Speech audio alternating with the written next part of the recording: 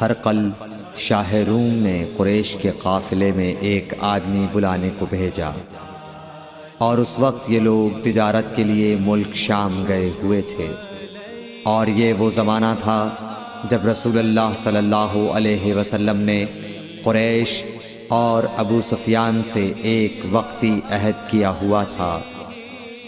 جب ابو سفیان اور دوسرے لوگ ہرقل کے پاس ایلیا پہنچے جہاں ہرقل نے دربار طلب کیا تھا، اس کے گرد روم کے بڑے بڑے لوگ، علماء، وزراء و امراء بیٹھے ہوئے تھے۔ ہرقل نے ان کو اور اپنے ترجمان کو بلوایا، پھر ان سے پوچھا کہ تم میں سے کون شخص مدعی رسالت کا زیادہ قریبی عزیز ہے؟ ابو سفیان کہتے ہیں کہ میں بول اٹھا کہ میں اس کا سب سے زیادہ قریبی رشتہ دار ہوں۔ یہ سن کر ہرقل نے حکم دیا کہ اس ابو سفیان کو میرے قریب لا کر بٹھاؤ اور اس کے ساتھیوں کو اس کی پیٹھ کے پیچھے بٹھا دو۔ پھر اپنے ترجمان سے کہا کہ ان لوگوں سے کہہ دو کہ میں ابو سفیان سے اس شخص یعنی محمد صلی اللہ علیہ وسلم کے حالات پوچھتا ہوں، اگر یہ مجھ سے کسی بات میں جھوٹ بول دے تو تم اس کا جھوٹ ظاہر کر دینا۔ ابو سفیان کا قول ہے کہ خدا کی قسم اگر مجھے یہ غیرت نہ آتی کہ یہ لوگ مجھ کو جھٹلائیں گے تو میں آپ صلی اللہ علیہ وسلم کی نسبت ضرور غلط گوئی سے کام لیتا۔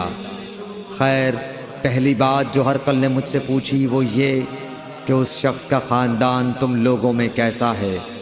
میں نے کہا وہ تو بڑے اونچے عالی نسب والے ہیں۔ کہنے لگا اس سے پہلے بھی کسی نے تم لوگوں میں ایسی بات کہی تھی؟ میں نے کہا نہیں۔ کہنے لگا اچھا اس کے بڑوں میں کوئی بادشاہ ہوا ہے؟ میں نے کہا نہیں۔ پھر اس نے کہا بڑے لوگوں نے اس کی پیروی اختیار کی ہے یا کمزوروں نے؟ میں نے کہا نہیں، کمزوروں نے۔ پھر کہنے لگا اس کے تابعدار روز بڑھتے جاتے ہیں یا کوئی ساتھی پھر بھی جاتا ہے؟ میں نے کہا نہیں۔ کہنے لگا کیا اپنے اس دعوی نبوت سے پہلے کبھی کسی بھی موقع پر اس نے جھوٹ بولا ہے؟ میں نے کہا نہیں، اور اب ہماری اس سے صلح کی ایک مقررہ مدت ٹھہری ہوئی ہے، معلوم نہیں وہ اس میں کیا کرنے والا ہے۔ ابو سفیان کہتے ہیں میں اس بات کے سوا اور کوئی جھوٹ اس گفتگو میں شامل نہ کر سکا۔ ہرقل نے کہا کیا تمہاری اس سے کبھی لڑائی بھی ہوئی ہے؟ ہم نے کہا کہ ہاں۔ بولا پھر تمہاری اور اس کی جنگ کا کیا حال ہوتا ہے؟ میں نے کہا لڑائی ڈول کی طرح ہے، کبھی وہ ہم سے میدان جنگ جیت لیتے ہیں اور کبھی ہم ان سے جیت لیتے ہیں۔ ہرقل نے پوچھا وہ تمہیں کس بات کا حکم دیتا ہے؟ میں نے کہا وہ کہتا ہے کہ صرف ایک اللہ ہی کی عبادت کرو، اس کا کسی کو شریک نہ بناؤ، اور اپنے باپ دادا کی شرک کی باتیں چھوڑ دو، اور ہمیں نماز پڑھنے، سچ بولنے، پرہیزگاری اور صلہ رحمی کا حکم دیتا ہے۔ یہ سب سن کر پھر ہرقل نے اپنے ترجمان سے کہا کہ ابو سفیان سے کہہ دے کہ میں نے تم سے اس کا نسب پوچھا تو تم نے کہا کہ وہ ہم سے عالی نسب ہے، اور پیغمبر اپنی قوم میں عالی نسب ہی بھیجے جایا کرتے ہیں۔ میں نے تم سے پوچھا کہ دعوی نبوت کی یہ بات تمہارے اندر اس سے پہلے کسی اور نے بھی کہی تھی؟ تو تم نے جواب دیا کہ نہیں۔ تب میں نے اپنے دل میں کہا کہ اگر یہ بات اس سے پہلے کسی اور نے کہی ہوتی تو میں سمجھتا کہ اس شخص نے بھی اسی بات کی تقلید کی ہے جو پہلے کہی جا چکی ہے۔ میں نے تم سے پوچھا کہ اس کے بڑوں میں کوئی بادشاہ بھی گزرا ہے؟ تو تم نے کہا کہ نہیں۔ تو میں نے دل میں کہا کہ ان کے بزرگوں میں سے کوئی بادشاہ ہوا ہوگا تو کہہ دوں گا کہ وہ شخص اس بہانے اپنے آباء و اجداد کی بادشاہت اور ان کا ملک دوبارہ حاصل کرنا چاہتا ہے۔ اور میں نے تم سے پوچھا کہ اس بات کے کہنے یعنی پیغمبری کا دعویٰ کرنے سے پہلے تم نے کبھی اس کو دروغ گوئی کا الزام لگایا ہے؟ تم نے کہا کہ نہیں۔ تو میں نے سمجھ لیا کہ جو شخص آدمیوں کے ساتھ دروغ گوئی سے بچے وہ اللہ کے بارے میں کیسے جھوٹی بات کہہ سکتا ہے۔ اور میں نے تم سے پوچھا کہ بڑے لوگ اس کے پیرو ہوتے ہیں یا کمزور آدمی؟ تم نے کہا کمزوروں نے اس کی اتباع کی ہے۔ تو دراصل یہی لوگ پیغمبروں کے متبعین ہوتے ہیں۔ اور میں نے تم سے پوچھا کہ اس کے ساتھی بڑھ رہے ہیں یا کم ہو رہے ہیں؟ تم نے کہا کہ وہ بڑھ رہے ہیں، اور ایمان کی کیفیت یہی ہوتی ہے حتیٰ کہ وہ کامل ہو جاتا ہے۔ اور میں نے تم سے پوچھا کہ آیا کوئی شخص اس کے دین سے ناخوش ہو کر مرتد بھی ہو جاتا ہے؟ تم نے کہا نہیں۔ تو ایمان کی خاصیت بھی یہی ہے، جن کے دلوں میں اس کی مسرت رچ بس جائے وہ اس سے لوٹا نہیں کرتے۔ اور میں نے تم سے پوچھا کہ آیا وہ کبھی عہد شکنی کرتے ہیں؟ تم نے کہا نہیں۔ پیغمبروں کا یہی حال ہوتا ہے، وہ عہد کی خلاف ورزی نہیں کرتے۔ اور میں نے تم سے کہا کہ وہ تم سے کس چیز کے لیے کہتے ہیں؟ تم نے کہا کہ وہ ہمیں حکم دیتے ہیں کہ اللہ کی عبادت کرو، اس کے ساتھ کسی کو شریک نہ ٹھہراؤ، اور تمہیں بتوں کی پرستش سے روکتے ہیں، سچ بولنے اور پرہیزگاری کا حکم دیتے ہیں۔ لہٰذا اگر یہ باتیں جو تم کہہ رہے ہو سچ ہیں تو ان قریب وہ اس جگہ کا مالک ہو جائے گا کہ جہاں میرے یہ دونوں پاؤں ہیں۔ مجھے معلوم تھا کہ وہ پیغمبر آنے والا ہے، مگر مجھے یہ معلوم نہیں تھا کہ وہ تمہارے اندر ہوگا۔ اگر میں جانتا کہ اس تک پہنچ سکوں گا تو اس سے ملنے کے لیے ہر تکلیف گوارا کرتا۔ اگر میں اس کے پاس ہوتا تو اس کے پاؤں دھوتا۔ ہرقل نے رسول اللہ صلی اللہ علیہ وسلم کا وہ خط منگایا جو آپ نے وحیہ کلبی رضی اللہ تعالیٰ عنہ کے ذریعے حاکم بصرہ کے پاس بھیجا تھا، اور اس نے وہ ہرقل کے پاس بھیج دیا تھا۔ پھر اس کو پڑھا تو اس میں لکھا تھا، اللہ کے نام کے ساتھ جو نہایت مہربان اور رحم والا ہے۔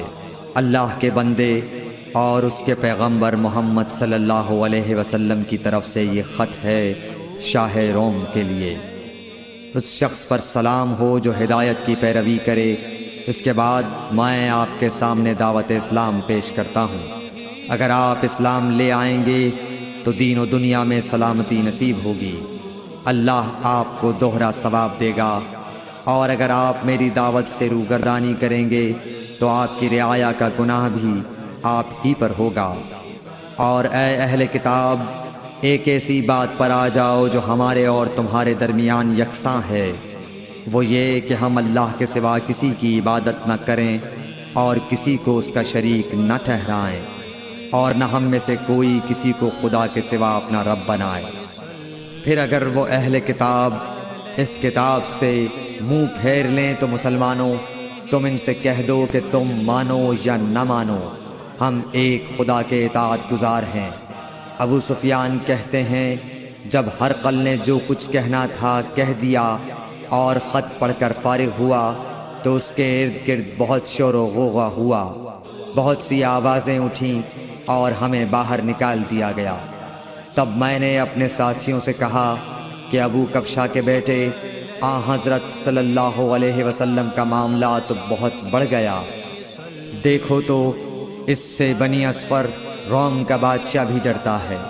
مجھے اس وقت سے اس بات کا یقین ہو گیا کہ حضور صلی اللہ علیہ وسلم ان قریب غالب ہو کر رہیں گے، حتیٰ کہ اللہ نے مجھے مسلمان کر دیا۔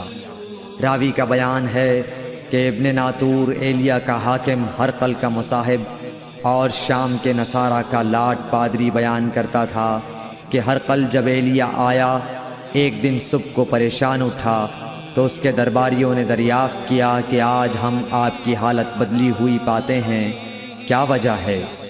ابن ناطور کا بیان ہے کہ ہرقل نجومی تھا، علم نجوم میں وہ پوری مہارت رکھتا تھا۔ اس نے اپنے ہم نشینوں کو بتایا کہ میں نے آج رات ستاروں پر نظر ڈالی تو دیکھا کہ ختنہ کرنے والوں کا بادشاہ ہمارے ملک پر غالب آ گیا ہے۔ بھلا اس زمانے میں کون لوگ ختنہ کرتے ہیں؟ انہوں نے کہا کہ یہود کے سوا کوئی ختنہ نہیں کرتا، سو ان کی وجہ سے پریشان نہ ہوں۔ سلطنت کے تمام شہروں میں یہ حکم لکھ بھیجیے کہ وہاں جتنے یہودی ہوں سب قتل کر دیے جائیں۔ وہ لوگ انہی باتوں میں مشغول تھے کہ ہرقل کے پاس ایک آدمی لایا گیا جسے شاہ غسان نے بھیجا تھا۔ اس نے رسول اللہ صلی اللہ علیہ وسلم کے حالات بیان کیے۔ جب ہرقل نے سارے حالات سن لیے تو کہا کہ جا کر دیکھو وہ ختنہ کیے ہوئے ہے یا نہیں۔ انہوں نے اسے دیکھا تو بتلایا کہ وہ ختنہ کیا ہوا ہے۔ ہرقل نے جب اس شخص سے عرب کے بارے میں پوچھا تو اس نے بتلایا کہ وہ ختنہ کرتے ہیں۔ تب ہرقل نے کہا کہ یہی محمد صلی اللہ علیہ وسلم اس امت کے بادشاہ ہیں جو پیدا ہو چکے ہیں۔ پھر اس نے اپنے ایک دوست کو رومیہ خط لکھا، اور وہ بھی علم نجوم میں ہرقل کی طرح ماہر تھا۔ پھر وہاں سے ہرقل حمص چلا گیا۔ ابھی حمص سے نکلا نہیں تھا کہ اس کے دوست کا خط اس کے جواب میں آ گیا۔ اس کی رائے بھی حضور صلی اللہ علیہ وسلم کے ظہور کے بارے میں ہرقل کے موافق تھی کہ محمد صلی اللہ علیہ وسلم واقعی پیغمبر ہیں۔ اس کے بعد ہرقل نے روم کے بڑے آدمیوں کو اپنے حمص کے محل میں طلب کیا اور اس کے حکم سے محل کے دروازے بند کر لیے گئے۔ پھر وہ اپنے خاص محل سے باہر آیا اور کہا، اے روم والو، کیا ہدایت اور کامیابی میں کچھ حصہ تمہارے لیے بھی ہے؟ اگر تم اپنی سلطنت کی بقا چاہتے ہو تو پھر اس نبی صلی اللہ علیہ وسلم کی بیعت کر لو اور مسلمان ہو جاؤ۔ یہ سننا تھا کہ پھر لوگ وحشی گدھوں کی طرح دروازوں کی طرف دوڑے، مگر انہیں بند پایا۔ آخر جب ہرقل نے اس بات سے ان کی یہ نفرت دیکھی اور ان کے ایمان لانے سے مایوس ہو گیا تو کہنے لگا کہ ان لوگوں کو میرے پاس لاؤ۔ جب وہ دوبارہ آئے تو اس نے کہا، میں نے جو بات کہی تھی اس سے تمہاری دینی پختگی کی آزمائش مقصود تھی، سو وہ میں نے دیکھ لی۔ تب یہ بات سن کر وہ سب کے سب اس کے سامنے سجدے میں گر پڑے اور اس سے خوش ہو گئے۔ بالآخر ہرقل کی آخری حالت یہی رہی۔ صحیح بخاری حدیث نمبر 7۔ ہمارے چینل کو لائک کیجئے، سبسکرائب کیجئے اور بیل کے آئیکن کو دبائیں تاکہ جلد سے جلد آپ تک ہماری ویڈیوز پہنچے۔